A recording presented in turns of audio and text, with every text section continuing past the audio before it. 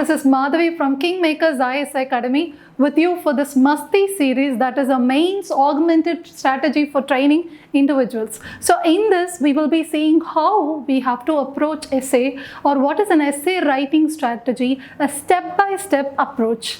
Friends, you would be wondering how we have to write essay, because essay is an important subject that you have to focus on, because if you put a lot of efforts, there are paper you may not fetch marks, but in essay, if you put a little effort, you will be able to get a lot of marks. That is very, very important for you to understand, because just an accumulation of GS knowledge from all the subjects that you learn, you have to just streamline it and put it in an essay. But structuring an essay is a major hurdle for many of the aspirants. So what we will be seeing in this particular session is how do we approach this essay, a step-by-step approach. I'll be going bilingual with this essay paper, because for a lot of Tamil Nadu students, this have to reach, and your essay has to stand ahead of lot other essays. So let us go with a step-by-step approach. So இன்றைக்கி வந்து நம்ம previous year கொஸ்டினை வந்து எப்படி approach பண்ணோன்னு பார்க்க போகிறதில்ல. ஏன்னா ப்ரீவியஸ் இயர் கொஸ்டின் நம்ம ஏற்கனவே முன்னாடி வீடியோஸில் ஒவ்வொரு கொஸ்டினையும் நம்ம டீகோட் பண்ணியிருக்கோம். அதோட வந்து லிங்க்கை வந்து நான் வந்து டிஸ்கிரிப்ஷனில் போட சொல்லியிருக்கேன். இந்த ஒரு ப்ரீவியஸ் இயர் கொஸ்டினை நம்ம எப்படி அப்ரோச் பண்ணணுன்றது தான் நான் இங்கே சொல்ல போகிறேன். So it's an approach and answer writing strategy session. So 2024க்கான கொஸ்டின் தான் இது. இதை பார்த்தீங்கன்னா உங்களுக்கு எதை எடுக்க போகிறீங்க, எதை எழுத போகிறீங்க, அதெல்லாம் வந்து நிறைய டவுட்ஸ் உங்களுக்கு வரும். அதுக்கான செஷன் தான் இது. So how do I choose the topic? So how do I choose the topic? எப்படி சூஸ் பண்ணியிருப்பீங்க? Would you like to take a philosophical subject or a technical subject? நான் சயின்ஸ் தான் எடுப்பேன், நான் உமன் தீம் தான் எடுப்பேன் அப்படின்னு தீம் பேஸ்டாக சில பேர் போவீங்க. ஸோ தீம் பேஸ்டுனா உமன் தான் நான் எடுப்பேன், இல்லை வந்து நான் வந்து ஜியாகிரஃபி ரிலேட்டடாக எடுப்பேன், இல்லைன்னா நான் வந்து ஹிஸ்ட்ரி ரிலேட்டடாக எடுப்பேன் அப்படின்னு சொல்லிட்டு உங்களோட தீமை நீங்கள் சூஸ் பண்ணுவீங்க. கரெக்ட் தான், இந்த அப்ரோச் வந்து கரெக்ட். எப்படி தீமை செலக்ட் பண்ணுவீங்க? உங்களோட இன்ட்ரெஸ்ட் ஒன்று இருக்குது, அதுக்கப்புறம் உங்களுக்கு ஸ்ட்ரென்த் ஒன்று இருக்குது. ஸோ உங்களோட ஸ்ட்ரென்த் அண்ட் இன்ட்ரெஸ்ட் எதில் இருக்கோ அந்த தீமை நீங்கள் சூஸ் பண்ணுறது நல்லது. அப்போனா அந்த தீமில் நீங்கள் வந்து ஸ்ட்ராங்காக இருக்கணும். அப்போது நீங்கள் ப்ரிப்ரேஷனில் வந்து ஒவ்வொரு தீம்லேயும் நீங்கள் ப்ரிப்பேர் பண்ணியிருந்தீங்கன்னா வெல் அஹெட். ஸோ வந்து பார்த்தீங்கன்னா இப்போது என்ன தீம் அதிகமாக ரிப்பீட் ஆகிருக்கு? உமன். அப்புறம் history does not repeat itself, or history repeats itself. So இந்த மாதிரி டாபிக்ஸ் வந்து பரவாயில்ல, ஃபைன். ஹிஸ்ட்ரி வந்து பார்த்தீங்கன்னா ஹிஸ்ட்ரின்னு அந்த டாபிக் வந்து அந்த தீம் வந்து அடிக்கடி ரிப்பீட் ஆகுது. உமன் தீம் வந்து அடிக்கடி ரிப்பீட் ஆகுது.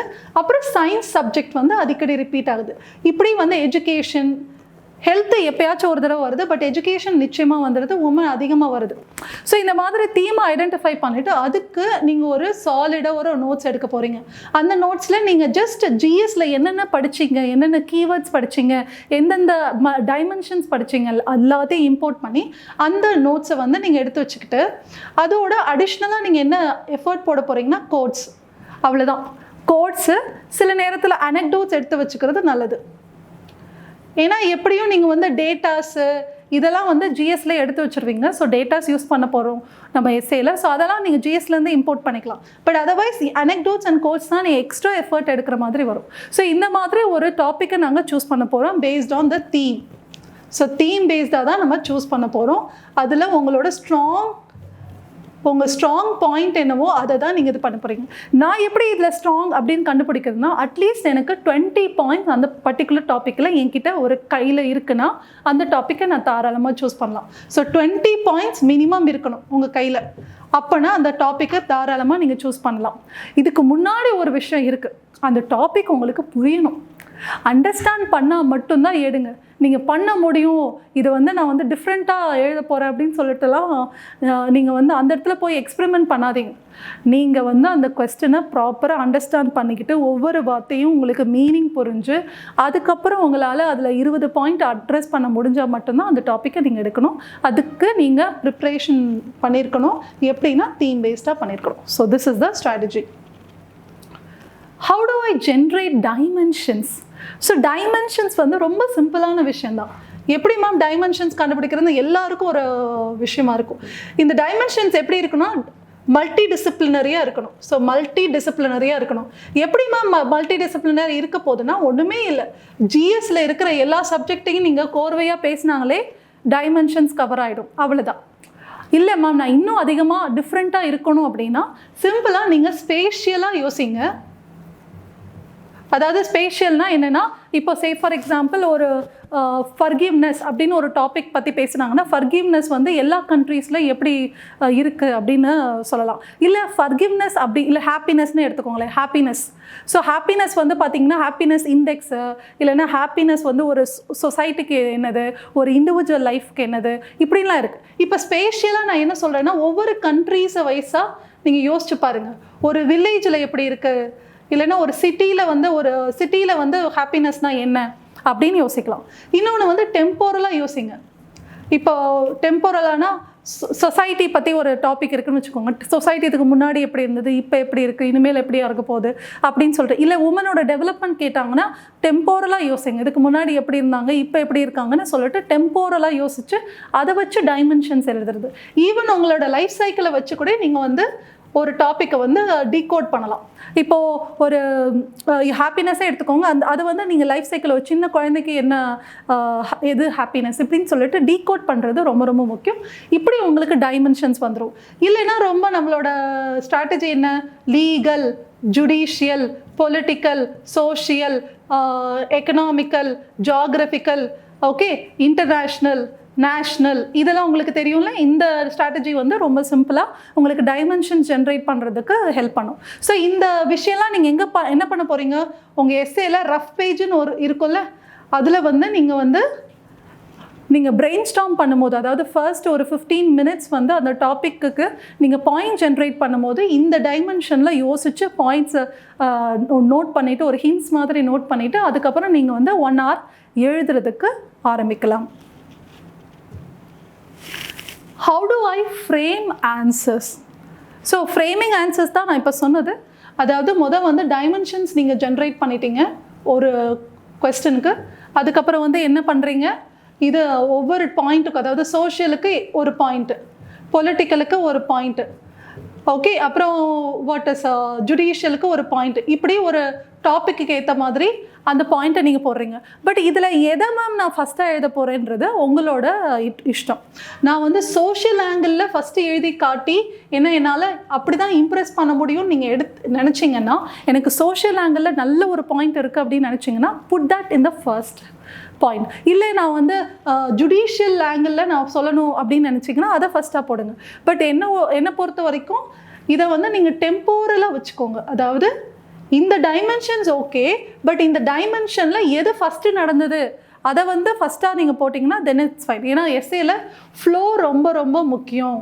அந்த ஃப்ளோவை நீங்கள் எப்படி கொண்டு வரோம்னா டெம்போரலாக நீங்கள் க்ரோனாலஜிக்கல் ஆர்டரில் நீங்கள் எழுதினா மட்டும்தான் வரும். அதை வந்து நீங்கள் எப்படி ஃபாலோ பண்ணுறீங்கன்னு, இப்போ ஜுடிஷியல் ஈவெண்ட் வந்து ஃபஸ்ட்டு நடந்ததுன்னா இதை ஃபஸ்ட்டு எழுதிட்டு அதுக்கப்புறம் பொலிட்டிக்கல் ஈவெண்ட், சோஷியல் ஈவெண்ட்டாக அதை சோஷியல் ஆங்கிளில் நீங்கள் எழுதலாம். Fine. So this is how you frame answers. And சில பேருக்கு லாங்குவேஜ் வந்து ஒரு இஷ்யூவாக இருக்கும், சில பேருக்கு ஹேண்ட் ரைட்டிங் ஒரு இஷ்யூஸாக இருக்கும், சில பேருக்கு வந்து பார்த்திங்கன்னா ஃப்ரேமிங் ஆஃப் சென்டென்ஸ் வந்து ஒரு பெரிய பிரச்சனையாக இருக்கும், சில பேருக்கு ஃப்ளோ வந்து பிரச்சனையாக இருக்கும். அதெல்லாம் நீங்கள் ப்ராக்டிஸ் பண்ண டாப்பர்ஸ் பேப்பரை பாருங்கள். நீங்கள் ப்ராக்டிஸ் பண்ணும் போது சரியாக வந்துடும். ஓகே, ஸோ வந்து ஃப்ளோக்கு என்ன பிரச்சனை, ஃப்ளோ வந்து எப்படி நீங்கள் கீப் அப் பண்ணலான்னா, ஃபஸ்ட்டு பேராகிராஃபை நீங்கள் எழுதும் போது அதை படிச்சுட்டு அடுத்த பேராகிராஃப் எழுதுங்க. அந்த பேராகிராஃபை எப்படி கனெக்ட் பண்ணணும் அப்படின்னா, இதில் வந்து ஏதாச்சும் ஒரு விஷயம் சொன்னீங்கன்னா பட்டு, ஹவவர், நெவர்தலெஸ் அப்படின்னு சொல்லலாம். சில நேரம் சிம்பிள், சில பேர் வந்து சோஷியலி, பொலிட்டிக்கலி அப்படின்னு சொல்லிட்டு கூட எழுதியிருக்காங்க. நீங்கள் தீனாதாபி பேப்பரோட எடுத்து பார்த்தீங்கன்னா உங்களுக்கு தெரியும். பட் இப்போ யாருமே இதை ஃபாலோ பண்ணுறதில்ல. ஸோ பட் நீங்கள் வந்து ஃபர்ஸ்ட்லி, செகண்ட்லி அப்படின்னு சொன்னாலும் கூட ஓகே தான். பட் இதெல்லாம் வந்து பார்த்திங்கன்னா ஒரு பெரிய எஸ்ஸேல வந்து ஃபர்ஸ்ட்லி, செகண்ட்லின்னு எத்தனை ஃபோர்த்லி, இன்ஃபைனட்லின்னா சொல்லிட்டு இருப்பீங்க. ஸோ அதனால் இதை ஃபாலோ பண்ண முடியாது. But nevertheless having discussed the political dimension, let's discuss the ethical dimension அப்படின்னு சொல்லிட்டு எத்திக்கல் டைமென்ஷனில் நீங்கள் பேசலாம். ஸோ இல்லைன்னா நீங்கள் வந்து இந்த மாதிரி ஏதாச்சும், அதாவது எண்ட் ஆஃப் திஸ் பேராகிராஃப் நீங்கள் வந்து பார்த்தீங்கன்னா ஒரு கனெக்டிவ் ஸ்டேட்மெண்ட் கொடுக்கலாம். இல்லைன்னா starting of the another paragraph நீங்கள் ஒரு கனெக்டிவ் ஸ்டேட்மெண்ட் கொடுக்கலாம். இல்லைன்னா கனெக்ஷனே இல்லாமல் கூட சில எஸ்ஏஸ் வந்து நீட்டாக போகும். அதுக்கு வந்து நீங்கள் கனெக்டிவ் வேர்ட்ஸ் யூஸ் பண்ணணும்னு அவசியமே இல்லை. அந்த அளவுக்கு நீங்கள் எழுதி ப்ராக்டிஸ் பண்ணிங்கன்னா வந்துடும். Fine. How do I structure my answers? So structuring is very, very important. As you all know, paragraph தான் எழுதணும். No diagrams, no bulletins. Okay, so structuring is very, very important.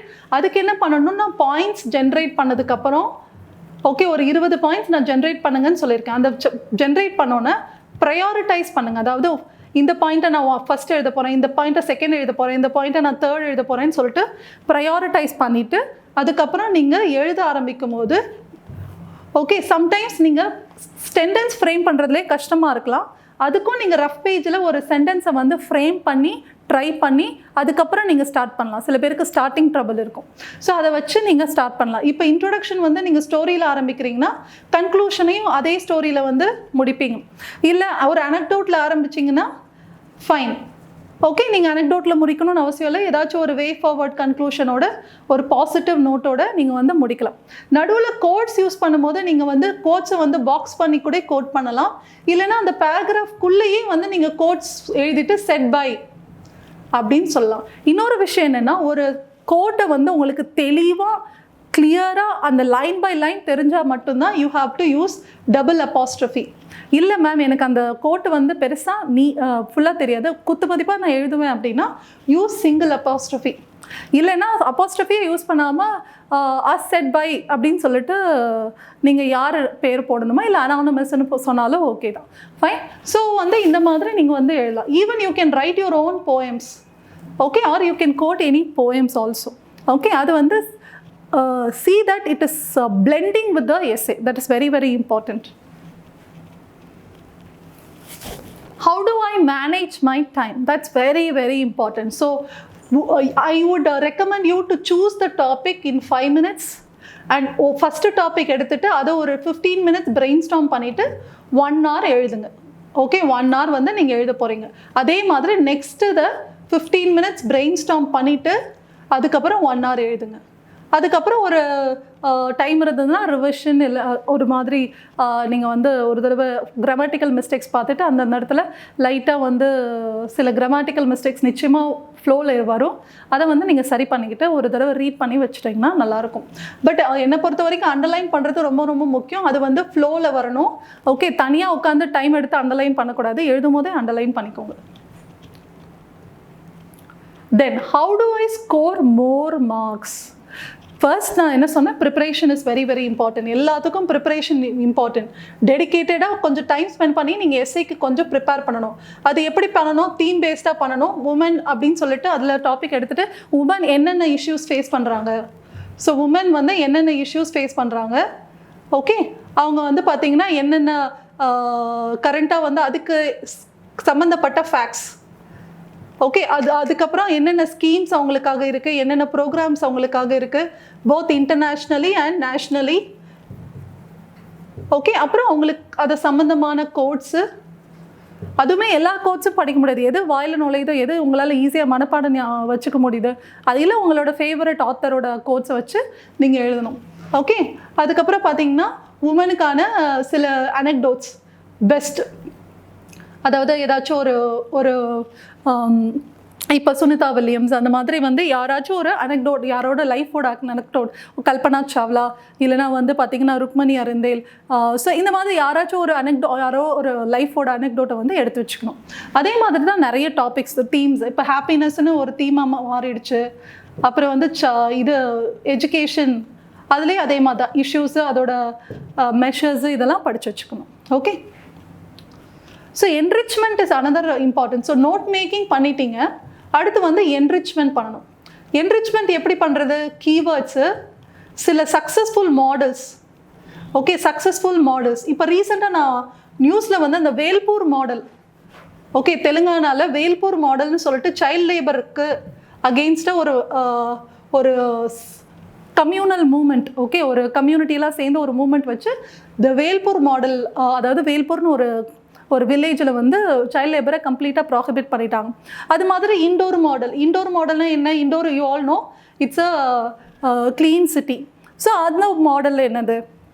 அதுக்கப்புறம் நம்ம வந்து தமிழ்நாடு மாடல், தமிழ்நாடு நிறைய இடத்துல மாடலாக இருக்குது, பிடிஎஸில் மாடலாக இருக்குது, டிரான்ஜெண்டர் எம்பவர்மெண்ட்டில் மாடலாக இருக்குது.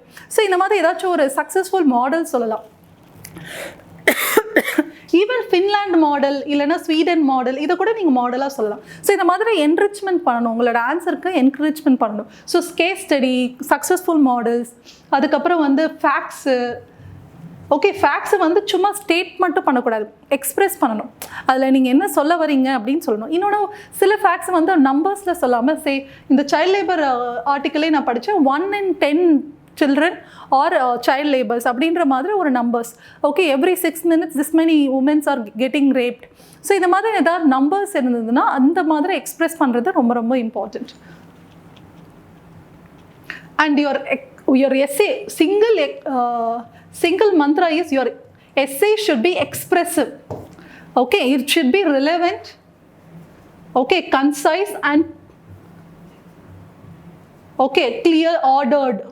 இதுதான் நம்ம எஸ்ஏயோட சிலபஸில் கொடுத்துருக்காங்க. அதாவது இட் ஷுட் பி ரிலவெண்ட், அதாவது close to the topic, and it should be concise, ரொம்ப ஷார்ட் அண்ட் ஸ்விஃப்டாக நீங்கள் சொல்லணும். And it should be ordered, okay, and it should be எக்ஸ்ப்ரெசிவாக இருந்தாங்கன்னா, எக்ஸாக்டாக இருந்தாங்கன்னா அடிஷ்னல் மார்க் கொடுப்பேன்னு அவங்களே சொல்லியிருக்காங்க சிலபஸில். ஸோ சிலபஸில் யூபிஎஸ்சி சிலபஸில் எஸ்ஐ சிலபஸில் சொல்லியிருக்காங்க, அதை நம்ம ஃபாலோ பண்ணணும். How do I practice for essay now? So you have to practice every, இப்போ வந்து நீங்கள் மெயின்ஸ் 2025 எழுதுறவங்களா இருந்ததுன்னா கட்டாயம் 1 essay every day, sorry 1 essay every week எழுதுங்க. 1 வீக்குக்கு ஒரு essay. அது வந்து ஈவன் 1.5 hours டைம் ஸ்பெண்ட் பண்ணி நீங்கள் பண்ணால் போதும். 3 hours நீங்கள் சாலிடாக சென்ட் பண்ண முடிஞ்சதுன்னா பண்ணுங்கள். பட் 3 hours ஐ திங்க் ஒரு 2 weeks ஒன்ஸ் பண்ணால் கூட போதும். Okay, but brain storm more essays, அதாவது பிஒய்க்யூஸ் எடுத்துகிட்டு நிறைய எஸ்ஸேஸை வந்து பிரெயின் ஸ்டார்ம் பண்ணுங்கள். அது ரொம்ப ரொம்ப முக்கியம். நீங்கள் உட்காந்து எழுதுறது வந்து ஒன்ஸ் இன் அ வீக் இருக்கலாம், பட் பிஒய்க்யூஸ் வந்து ஒரு நாளைக்கு ஒரு ½ an hour எடுத்து கூட பிரெயின் ஸ்டார்ம் பண்ணுங்கள். ஒரு 2-3 கொஸ்டின் கூட உட்காந்து பிரெயின் ஸ்டார்ம் பண்ணுங்கள். How do I study for essay? Studying no.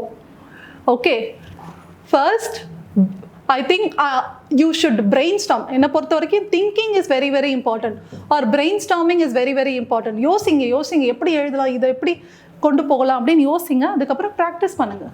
ஏன்னா படிக்கிறது வந்து நீங்கள் ஜிஎஸ்ல பண்ணிட்டீங்க, அதை வச்சு தான் நீங்கள் எஸ்ஏ எழுத போகிறீங்க. இதுக்குன்னு படிக்கிறது ஒன்றும் இல்லை.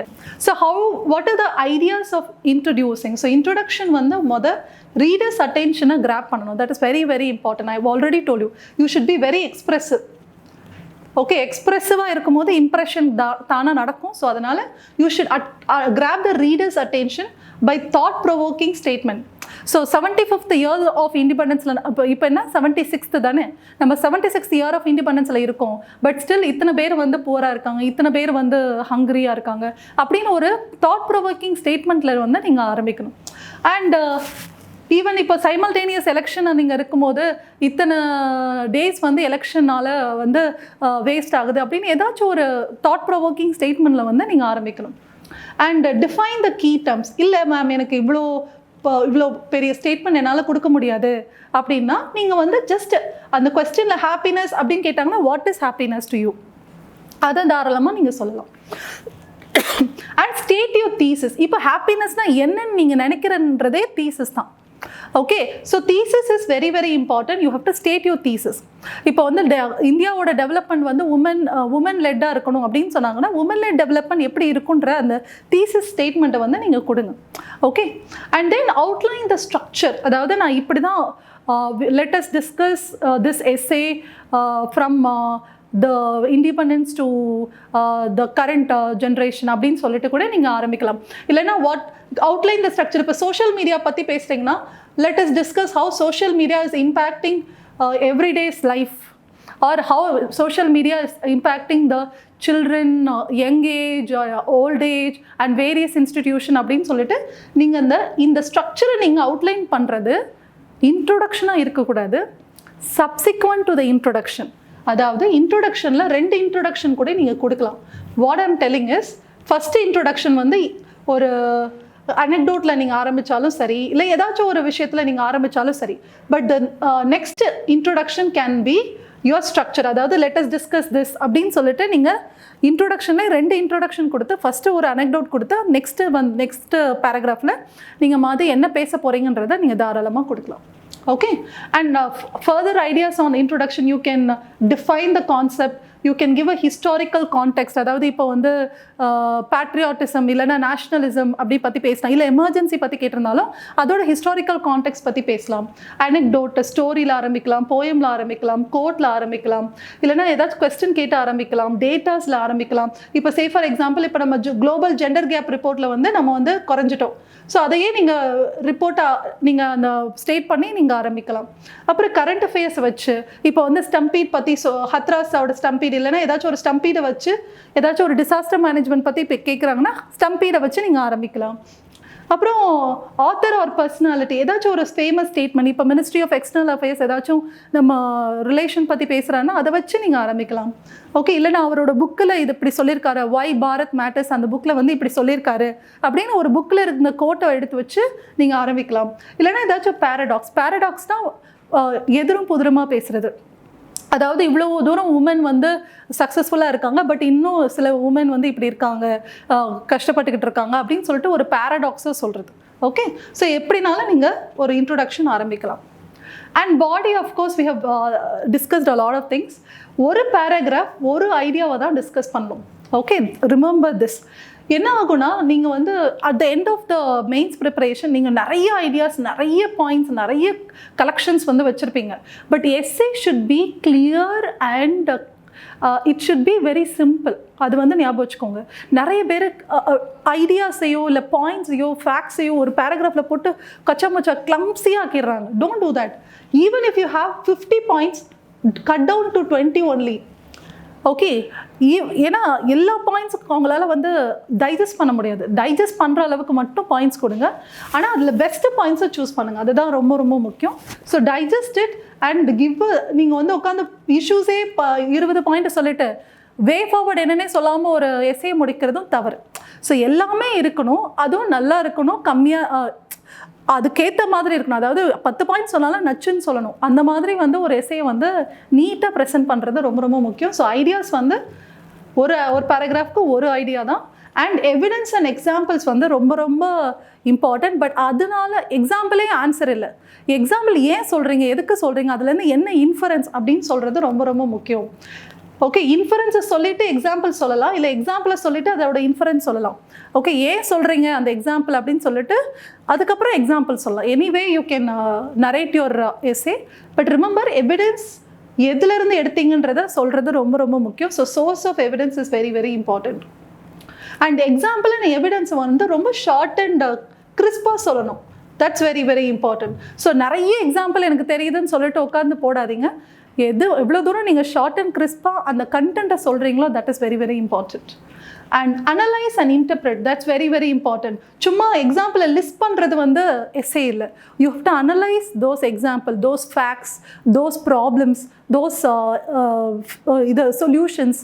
ஸோ இதெல்லாம் வந்து அனலைஸ் பண்ணணும். இப்போ நம்மளோட மிட் டே மீல் ஸ்கீம் நல்லா இல்லைன்னா நம்மளுக்கு பிரேக்ஃபாஸ்ட் ஸ்கீம் நல்லா இருக்குமா, இல்லை மிட் டே மீல் ஸ்கீம் எவ்வளோ தூரம் போயிருக்கு, அதை வந்து அந்த கேப்பை வந்து எப்படி பிரேக்ஃபாஸ்ட் ஸ்கீம் வந்து சாட்டிஸ்ஃபை பண்ணியிருக்கு அப்படின்னு சொல்லிட்டு ஏதாச்சும் ஒரு ஸ்கீம்ஸை நீங்கள் டிஸ்கஸ் பண்ணாலும் அதை ப்ராப்பராக அனலைஸ் பண்ணணும். Fine. Then linking paragraph is very important. நான் ஏற்கனவே சொன்னேன், எண்ட் ஆஃப் த பேராகிராஃப் வந்து லிங்க் பண்ணலாம், இல்லை starting of the next new paragraph நீங்கள் லிங்க் பண்ணலாம். Okay, techniques for incorporating multiple dimensions, இதை நான் ஏற்கனவே சொல்லிட்டேன். ஸோ ஹிஸ்டாரிக்கல் பர்ஸ்பெக்டிவ்லேருந்து ஆரம்பிக்கலாம், ஈவன் கம்பேரிட்டிவ் அனாலிசிஸ் நீங்கள் பண்ணலாம். Fine. So like say for example there is a compare and contrast. Okay, நம்ம வந்து பார்த்திங்கன்னா war or peace, war and peace. Okay, இதில் வந்து கம்பேரிட்டிவ் அனாலிசிஸ் நீங்கள் பண்ணலாம். ஸோ இந்த மாதிரி கம்பேரிட்டிவ் அனாலிசிஸ் கூட நம்மளோட ஸ்ட்ரக்சர் ஆஃப் எஸ்ஏயாக இருக்கலாம். ஓகே, அண்ட் கவுண்டர் ஆர்கியூமெண்ட்ஸ் கொடுக்கணும். ஃபஸ்ட்டு நிறைய ஆர்கியூமெண்ட்ஸை வந்து நீங்கள் கொண்டு வரணும். இப்போ வந்து பார்த்தீங்கன்னா இப்போ சைமல்டேனியஸ் எலெக்ஷன் இல்லைன்னா ஓகே சைமல்டேனியஸ் எலெக்ஷனே எடுத்துக்குவோம், 1 நேஷன் 1 எலெக்ஷன். இதில் நிறைய ஆர்கியூமெண்ட்ஸ் இருக்குது. எல்லா ஆங்கிள் அதாவது ஸ்டேட் ஒன்று சொல்கிறாங்க, சென்ட்ரு ஒன்று சொல்கிறாங்க, எலெக்ஷன் கமிஷன் ஒன்று சொல்லுது, இதே வந்து போலீஸ் ரிசோர்ஸஸ் பத்துமான்னு தெரியல. ஸோ எல்லா ஆர்கியூமெண்ட்ஸும் நீங்கள் கொடுக்கணும். அது for the simultaneous election or against a simultaneous election எல்லா ஆங்கிள்லையும் நீங்கள் ஆர்கியூமெண்ட்ஸ் கொடுக்கணும். அண்ட் இன்டர்டிசிப்ளினரி அப்ரோச் இதை தான் நான் சொன்னேன். அதாவது பொலிட்டிக்கல், சோஷியல், எக்கனாமிக்கல் இந்த மாதிரி ஆங்கிளையும் நீங்கள் டைமென்ஷன்ஸ் ஜென்ரேட் பண்ணலாம். ஸோ ஹிஸ்டாரிக்கல் பர்ஸ்பெக்டிவ் ஒன்றும் இல்லை, டெம்போரல் நான் சொன்னேன்ல, டைம் டைமென்ஷன், அதாவது டைம் அஸ் அ டைமென்ஷன் நீங்கள் வந்து எடுத்துகிட்டு எழுதலாம். கன்க்ளூஷன் வந்து of course it should be summarising your key points. Okay, but it should not be just the summary. Okay, it should add value to your essay. It should give a new point, new dimensions, but it should be a solution oriented. புது issue ஆரம்பிக்க கூடாது. It should be solution oriented, optimistic. அது வந்து ஒரு closure கொடுக்கணும். ஒரு essay வந்து அப்படியே தொங்குற மாதிரி இருக்கக்கூடாது, முடியணும். அப்போ முடியறதுக்கு நான் என்ன கொடுக்கணும்? ப்ராடாக பெர்ஸ்பெக்டிவ் கொடுக்கணும். இப்படியும் இருந்தது, பட் இப்படி நடந்துட்டு இருக்கிறதுனால ஃப்யூச்சரில் நிறைய விஷயங்கள் நம்ம எதிர்பார்க்கலாம் அப்படின்ற மாதிரி ஒரு ஃப்யூச்சர் வே ஃபார்வர்ட் மாதிரி நம்மளோட பெர்ஸ்பெக்டிவ் வந்து ரொம்ப ப்ராடாக இருக்கணும். இப்போ ஒரு எல்ஜிக்யூபிடி லைஃபே எடுத்துக்கோங்க, நம்ம வந்து அவங்க பெர்ஸ்பெக்டிவில் நம்ம யோசிக்கணும் அப்படின்ற மாதிரி வி ஷுட் பி எம்பத்தட்டிக் அப்படின்னு சொல்லிட்டு நீங்கள் வந்து அந்த ப்ராடர் பெர்ஸ்பெக்டிவ் வந்து நம்ம வந்து கொடுக்கலாம். Okay, before society, okay, the individual dignity is very important, right? Okay, so individual dignity இந்த மாதிரி கீவேர்டை எடுத்துகிட்டு வந்து broader perspective கொடுத்து நீங்கள் முடிக்கலாம். Fine. And then provide a final thought or call to action. So இப்போ வந்து டிரான்ஸ்ஜெண்டர் வந்து இவ்வளோ பிரச்சனையில் இருக்காங்க. So we need to, it's a long due. நம்ம வந்து அவங்களுக்காக அவங்கள எம்பவர் பண்ணுறதுக்கு நிறைய ஸ்டெப்ஸ் எடுக்கணும் அப்படின்ற மாதிரி நம்ம வந்து ஒரு கால் டு ஆக்ஷன். ஈவன் இப்போ என்விரான்மெண்ட் டாப்பிக்கே எடுத்துக்கிட்டிங்கன்னா நிச்சயமாக நம்மளோட நெக்ஸ்ட் ஜென்ரேஷனுக்கு ஒரு நல்ல ஒரு வேர்ல்டு, ஒரு நல்ல ஒரு ஏர்த்தை நம்ம கொடுக்கணுன்னா we have to take action now it's அப்படின்ற மாதிரி ஒரு தாட் வே ஃபார்வர்டு டாப்பிக்காக வந்து நீங்கள் கன்க்ளூஷனை வந்து கொடுக்கணும். Okay, and it should provide a final thought, it should close your essay. And regarding the last thing, apply the basic thumb rule. அதாவது நான் சொன்ன டைம் மேனேஜ்மெண்ட், நான் சொன்ன இன்ட்ரொடக்ஷன் ஐடியாஸ், நான் சொன்ன கன்க்ளூஷன் ஐடியாஸ், அந்த பாடி. ஓகே, இதில் நீங்கள் என்ன சூஸ் பண்ணி இன்றைக்கி எழுத போகிறீங்கன்றத கமெண்ட் பாக்ஸில் போடுங்க. Wish you a very very successful preparation time going ahead. So mains 2025 எழுதுகிற எல்லாருக்கும் வந்து இந்த டாப்பிக்கில் நீங்கள் எழுதி தாராளமாக வந்து இதில் ஏதாச்சும் எனக்கு டவுட்ஸ் இருந்தாலும் நீங்கள் கமெண்ட் பாக்ஸில் போடலாம். இதில் நீங்கள் என்ன சூஸ் பண்ணுறீங்கன்னு கட்டாயம் போடுங்க. Let me see in the comment box. Thank you.